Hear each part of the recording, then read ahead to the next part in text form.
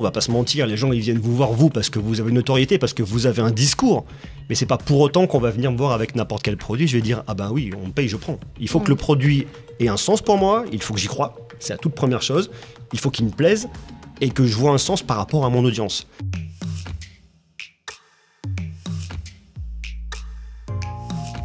Ils sont partout, on les lit, on les écoute, les influenceurs, les influenceuses, au point que si vous êtes une marque, vous vous demandez si vous pouvez vous passer d'eux, car sans eux, pas de relais sur les réseaux sociaux.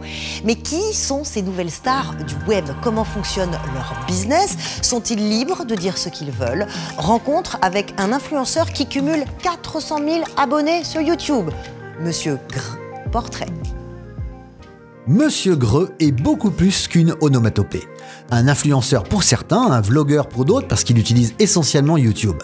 Mais Aurélien Granet préfère se définir comme un journaliste qui teste objectivement les produits qu'il présente et délivre des conseils pour aider ses abonnés à faire les bons choix. Une chose est sûre, la tech est son royaume et Aurélien a grandi avec des marques iconiques telles que Amstrad, Game Boy, Super Nintendo ou Apple. Avant de se lancer sur YouTube, il a exercé de nombreux métiers allant de la radio au backstage des concerts ou encore au marketing pharmaceutique en ligne. En 2017, il décide définitivement de faire des nouvelles technologies son métier. Il achète un billet pour aller couvrir le Consumer Electronics Show de Las Vegas, publie une vidéo par jour 7 jours sur 7 et atteint très vite 100 000 abonnés. Il en a 400 000 aujourd'hui et Monsieur Greux est devenu incontournable. Bonjour Monsieur Greux, Aurélien Granet pour l'état civil. Bonjour et bienvenue. Bonjour Charlotte. Bienvenue sur le plateau de Way. Il paraît que vous aimez pas qu'on vous appelle influenceur. Pourtant, vous avez 432 000 abonnés sur YouTube, 66 millions de vues, presque 14 000 abonnés sur Twitter, 5 000 sur Facebook, 27 000 sur TikTok. On peut dire que vous êtes un influenceur. En tout cas, vous avez de l'influence. On peut dire qu'il y a du monde au rendez-vous. En tout cas. Après, le terme influenceur, je ne sais pas. C'est pas forcément un terme que j'aime beaucoup, mais je comprends qu'on l'utilise et j'ai pas nécessairement aujourd'hui de meilleure définition, si ce n'est créateur de contenu, qui éventuellement me conviendrait mieux. En tout cas, c'est le métier que vous faites. C'est un métier d'être influenceur aujourd'hui, quand même. J'assume à 300% ce métier et j'accepte qu'on me mette dans cette case, faute de pouvoir proposer mieux. Alors, on a envie de comprendre pourquoi c'est un métier, pourquoi c'est devenu un métier en quelques années. Et comme beaucoup, vous racontez que vous y êtes arrivé presque par hasard, en fait. Totalement par hasard. Racontez-nous. En fait, moi, si vous voulez, je suis passionné de nouvelles technologies depuis que je suis tout petit. Et comme vous le disiez dans le portrait très justement, je travaille dans une pharmacie en ligne, en fait. Et je m'occupais du marketing.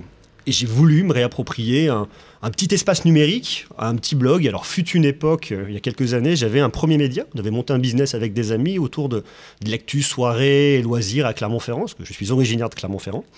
Et du coup, j'aimais bien ce côté, vous voyez, back-office, avoir mon site, gérer tout ça. Et ça me manquait énormément.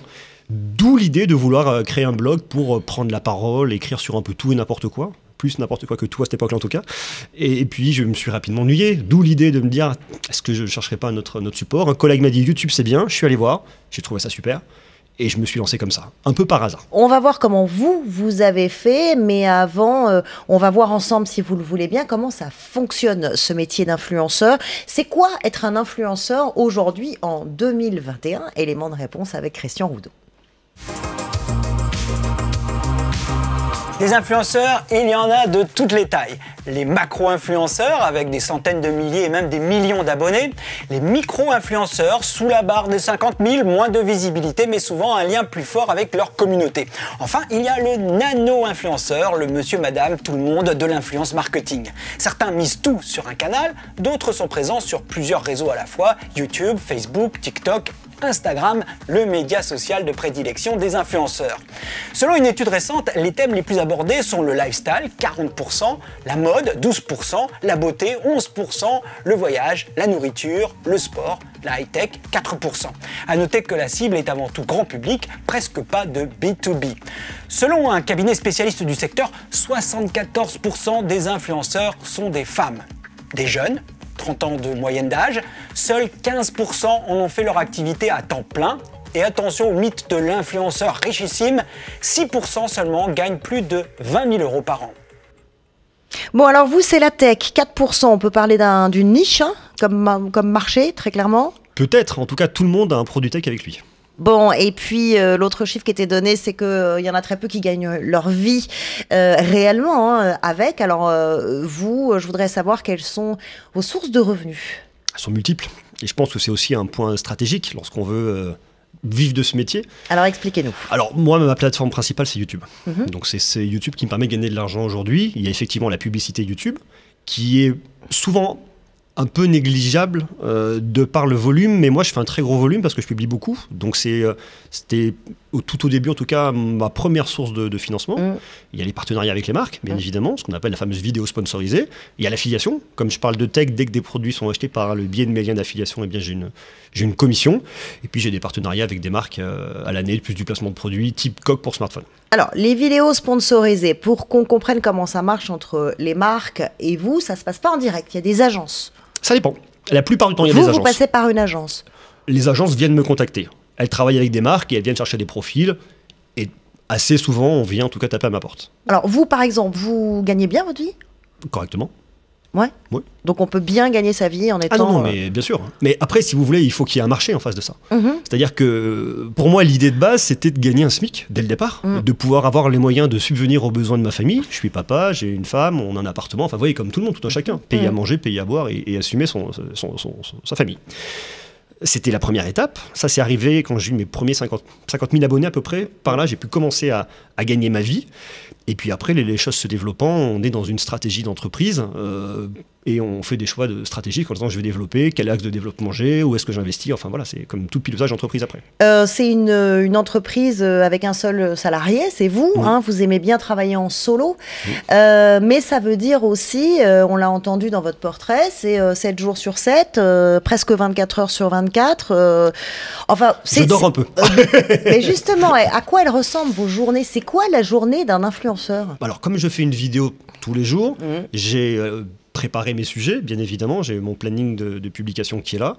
Je vais écrire, je vais tourner, je vais monter, je vais traiter mes emails, je vais gérer mes contrats, je vais faire de la facturation. Enfin, j'ai toute la partie création et toute la partie gestion d'entreprise qui cohabitent au sein de la même journée, en plus de ma vie de famille. Si c'est devenu un métier pour vous, c'est parce que le marketing d'influence, ça permet à une entreprise tout simplement d'avoir de la visibilité, d'augmenter ses ventes, de toucher de plus en plus de clients. Depuis quand ça existe cette influence? Et d'ailleurs, de quoi parle-t-on? Ça a pris d'autres chemins par le passé. Regardez. Quand on est loin, on ne se rend pas tellement compte. Une ménagère qui met son salon à la disposition d'une démonstratrice, une dizaine de voisines et d'amis invités pour la circonstance, c'est une réunion Tupperware. Le secret de cette réussite, un bon produit, sûrement, mais aussi l'art de vendre sans trop en avoir l'air. On peut quand même se demander s'il n'y a pas un petit piège, si on ne joue pas sur les bons sentiments, sur le fait que la consommatrice n'osera pas refuser à son ami. En fait, est-ce que c'est pas un petit peu de la vente forcée? Je pense que la meilleure réponse à cela, c'est que nos invités reviennent. Et si elles reviennent, c'est parce qu'elles ont trouvé un service, justement. Et que le but d'une démonstration est aussi, non seulement de vendre, parce que nous sommes quand même une affaire commerciale, mais également d'apporter un service. Est-ce que vous assistez souvent à ce genre de réunion? Ça varie une fois tous les 2 mois, à peu près. Vous achetez à chaque fois? Oui. Pour combien? Oh, jamais des sommes astronomiques, 5000 francs à peu près, 50 francs. C'est rigolo, c'est-à-dire qu'il n'y avait pas les outils digitaux, mais le principe était le même, c'est-à-dire quand même qu'on donnait son avis sur des produits, et dans le but quand même d'amener les gens à en acheter. Alors, c'est de la recommandation. Pour ma part, le but n'est pas d'emmener les gens acheter, c'est plutôt de conseiller les gens et de donner un avis. Après, si les gens veulent acheter, ils le font.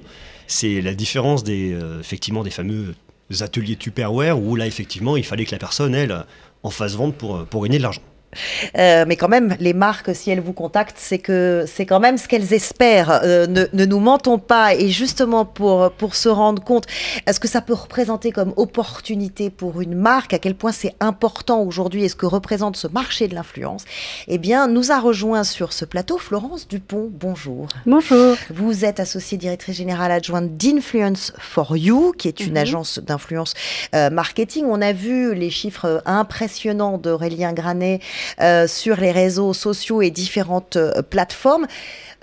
TikTok, Instagram, YouTube, Snapchat, c'est quoi le meilleur canal, le meilleur réseau aujourd'hui pour une marque? C'est une vaste question. Ça dépend. Ça dépend. Ça dépend beaucoup de la marque, mais surtout du brief, en fait, et de ce qu'elle va vouloir mettre en avant. C'est vrai que par exemple pour du bricolage, pour un tuto do it yourself, on va avoir tendance à utiliser par exemple YouTube. Pour une vidéo courte et fun, un peu rigolote, TikTok, et peut-être une marque de montre un peu luxe va vouloir un post Instagram un peu plus artistique, etc. Donc ça dépend de la cible et du message qu'ils veulent faire passer. Avec quand même, on parle beaucoup de TikTok dernièrement, c'est quand même le réseau qui a le vent en poupe.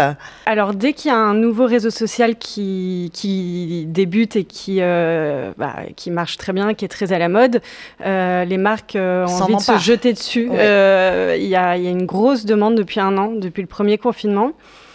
Et après, effectivement, c'est pas toujours adapté pour tout le monde, mais en même temps, elles savent qu'il faut y être dans les premiers avant que leurs concurrents y soient. Et c'est pour ça qu'on a beaucoup de demandes TikTok en ce moment. Oui, et oui, ça s'appelle la prime à l'entrant. Pourquoi est-ce que le marketing d'influence est devenu si stratégique pour une marque, pour augmenter sa visibilité et évidemment sa performance sur les marchés? Il y a beaucoup de raisons à cela. Déjà, ça fonctionne, ça transforme en vente, en notoriété, en nouveaux abonnés pour une marque. Voilà, les chiffres sont là. Ipsos avait fait une étude qui disait que 75% des internautes français ont déjà acheté via un post d'un influenceur. Donc c'est quand même beaucoup. Et en plus, ça, c'est sur un panel large de Français. Mais quand on regarde les jeunes, c'est encore plus intense, les chiffres. Et les jeunes ne regardent plus la télévision. Donc si on veut les toucher, il faut absolument travailler avec les réseaux sociaux. Mais comment, alors du coup, si on est une marque, on va aller dénicher des talents comme Aurélien Granet, ou comment je repère et comment j'identifie un influenceur comme lui? Alors aujourd'hui, c'est un vrai travail et ça prend beaucoup de temps, la partie casting en fait. C'est pour ça que les agences comme nous existent et que ça fonctionne bien, c'est parce que ça prend vraiment beaucoup de temps. Quand ça a commencé il y a 10 ans, il suffisait de prendre les 10 blogueurs du moment et c'était fait.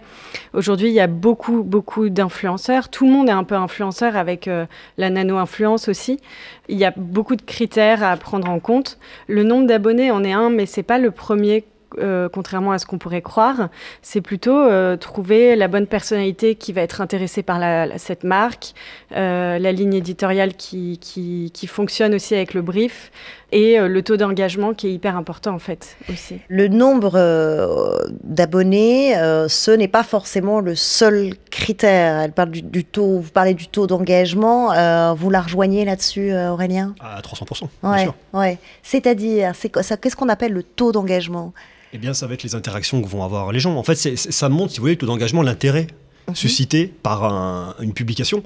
Si les personnes viennent, dans le cadre d'une vidéo YouTube, par exemple, commenter, laisser un like, interagir, c'est qu'elles y voient un intérêt et que cet intérêt montre qu'effectivement, le contenu match réellement avec ce que...